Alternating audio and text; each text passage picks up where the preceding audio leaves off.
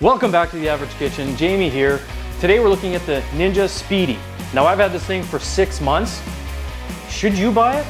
Should you pass on it? Is it any good? We're going to answer those questions in today's video, so stick around. First, I just want to do an overview of it to see how this thing works. If you want a full review and an in-depth look at it, check out our full review of it in the description below. We're going to link it there. But basically, this thing is a rapid cooker. Now, what is a rapid cooker? I guess it just cooks things fast. So the way it works is, once you have it on, there's this little tab at the top where you can flip it between rapid cooker and air fry. Now, those two options, as you can see on the display, kind of light up all these different options that you can choose from there. So on this side, you got air fry, bake, broil, etc. And on the rapid cooker side, Speedi meal, steam and crisp, etc. Full disclosure, I've only ever used this for rapid cooking. I've never done anything else with it, partly because I have other air fryers, so I don't use this to air fry. I think, and I'll show you how it works on the inside, I think it would be a fantastic air fryer. I have no reason not to. As for the other functions, who's gonna do that? Just pass, get something else. But on the inside, you can see here, it's got this tray. So the beauty of this tray is, and Mark, if you want to punch in here just for a second, you can see that the tray sits on the top right there, and it has these little tabs. And once you fold in the tabs, the tray goes right to the bottom, which leaves that gap at the bottom for the air fryer for the air to circulate. So like I said, I've never used that function. So we're going to go tabs up, and we're going to keep it on the top for the purposes of this video. So what I want to do today to show you how this thing works, I'm going to make a recipe real time right here, very quickly, and show you why or how it holds up to the Speedi name. Along the way, I'm going to discuss it, what I like it, what I don't like, and just have some fun. All right, so the recipe I'm going to make today, like I said, very simple. It's going to be chicken thighs with rice and veggies. Sounds simple? It is. So I'm going to show you how we do that. I'm going to take this out. First thing we have, and now this is a recipe for 2 people, I should add. So I just have a 1/4 cup of rice. Doesn't seem like much, it isn't, but you'll see how it fills out. So I'm gonna throw that in. I got a 1/2 cup of chicken broth. Actually, I found a little tip here. I have slightly more than a 1/2 cup, and you'll see why. It just helps things not stick at the end. So we'll put that in. I have an eyeball amount of peas. So with all the veggies, I just eyeball it. I don't measure anything. The rice is the only thing I measure. So throw that in. Now I'm gonna start cutting some stuff up. So what I want to discuss while I'm doing this is the recipe builder. So I don't use the recipe builder anymore because I've used this thing, I would say, at least 80% of the days in the last 6 months that I've had it. So maybe that gives you an idea of what my conclusion will be at the end of this for whether or not you should buy it. But basically what they have, and we'll show you a little overlay of the website, but they have a meal builder where you can customize what you want to make. So for example, you tell it what protein you want, chicken, beef, whatever. You tell it what starch you want. Do you want rice? You could put cauliflower rice, pasta with sauce. There's all these different suggestions. And then it asks you what veggies you want. I think you can choose up to 3, but I'm putting 4 in today. Like I said, customizable. And it spits out your exact recipe, how long to cook it for, how much to put in of everything, depending on how many people you have. So, I mean, it's one of the best books / recipe guides in any product that we've seen so far. Would you agree with that, Mark? 100%. Let's talk, so you mentioned pasta. We did a chicken parm on the original video that was off the charts. Correct. And you probably remember that better than I do because I vaguely remember that, but I have done pasta in this since, and it's so easy. Like I said, it's the same setting, the rapid cooker, and it tells you exactly what to put in there, how much sauce, how many ounces of pasta, everything is laid out for you, and it's virtually impossible, I would say, to screw it up. And each time I've used this thing, it comes out perfect. With some slight modifications, like I said, some tips and tricks along the way, which I'll discuss as we continue here. Now, the other thing with the customization, like I said, in the meal builder, it only gives you an option for 3 veggies. I've sort of found like 4 is my sweet spot, and like I said, I just eyeball the amount. I don't measure it. So here we have, what did I put in there? Peas, onion, carrots, and now I've got a sweet pepper. So I'm just gonna finish chopping that up. So throw that pepper in there. Now I'm only gonna use half the pepper, so I'm gonna leave this for another time.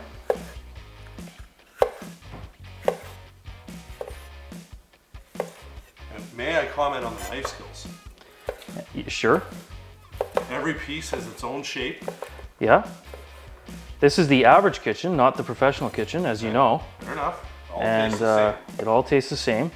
Now I do try and make everything roughly the same size, and I say roughly. That's why I cut the carrots that way, so because everything's in the same pot, it's all gonna cook the same amount of time, so you don't want your pepper to be mush and your carrot to be super crunchy. So I am cognizant of that to some degree. All right, so just get that in there, and I'm gonna season this a little bit. So just a little salt, a little pepper. So this is another customization I do. So every day I kind of look at what kind of spices I want to do. I just brought pre-made Greek spice for today, but this can be literally anything you want. So I'm just gonna throw that in there. Not super heavy to begin with, and you'll see why in a sec. Stir that up. Like I said, this is for 2 people, this recipe. Obviously, if you live alone, you can have leftovers for the next day. Most of the recipes on the recipe builder are for 4 people. I think that's sort of the default setting is 4 people. So if you live with 2 people, you can have leftovers for the next day. If you live by yourself, you have meals for the next few days. This brings me to one thing I don't like about this. Maybe my biggest complaint about this whole thing. As you can probably guess, once this is done cooking, this tray will be lava hot. So there's no picking it up like I am now. And as you can also see, Mark, maybe you can come in on that, this little handle, like, minute. You know, you can barely grab it when it's cool. So then what do? How do you get it out to get to the food underneath?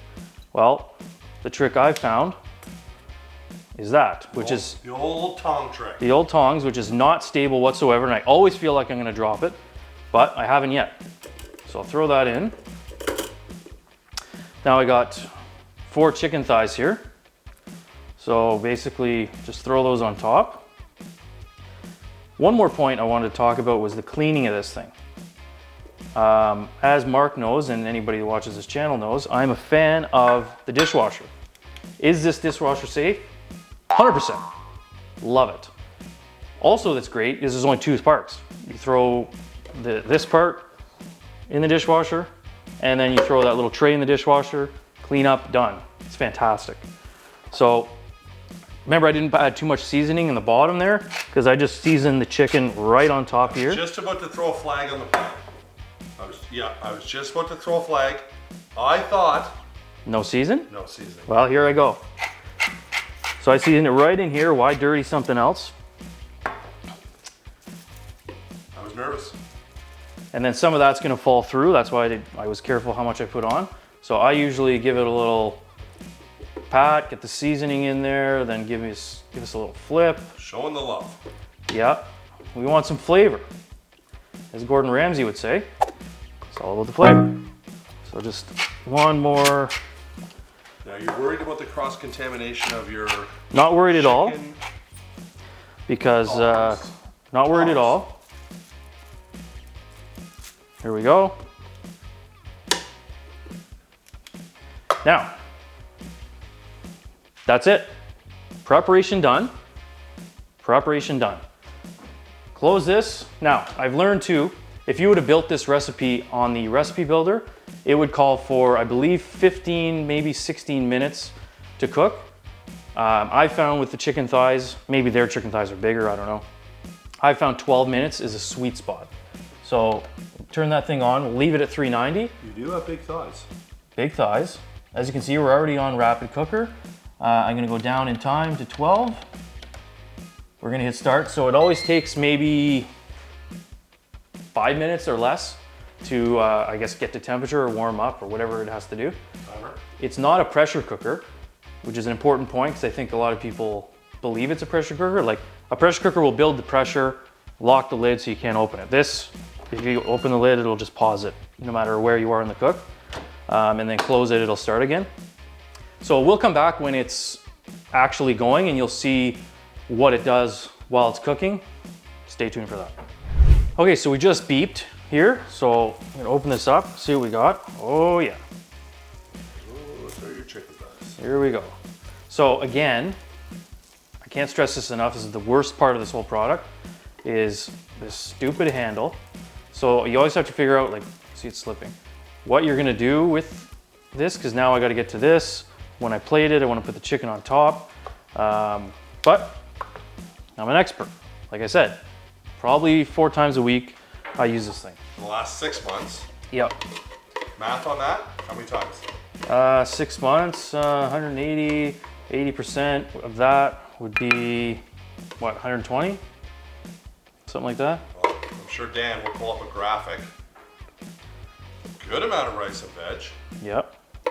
Generous. As I said, that 1/4 cup goes far. Now, could you crush all of that in one meal, just you? Well, yeah, I mean, I could. Really? Will I? No. Whoa. Could I? Yes.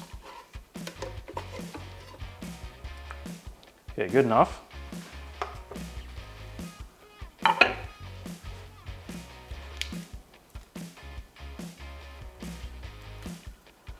Just a lovely little plating here, quick plating.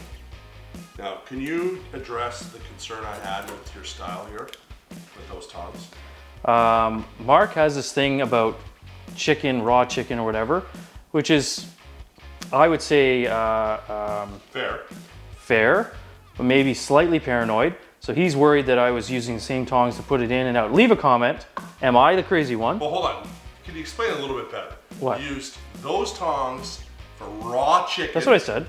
Okay, so well, I use, sort of breezed hold over on. it. So I use these tongs to take the raw chicken thighs and put them on the, in the unit, and to flip them when I was seasoning it, and I use the same tongs to take them out. So leave a comment down below. Which side are you on? Does it really make that big of a difference? Is Marc right? Is Jamie right? We want to hear I guess the from only you. difference would be if you want salmonella. I've never had salmonella. 4 times a week for 6 months. Same tongs. Same tongs. Haven't been washed in 6 months. Never been washed. No salmonella. So, Yet. well, there's a first time for everything. Oh, use those tongs to clean off your spoon. Yep. Do you want to eat with those tongs, or? No, but I will try it though. So even though we're belaboring the point, I know exactly how this is going to taste. We'll still taste it. Unbelievable. It's going to taste unbelievable.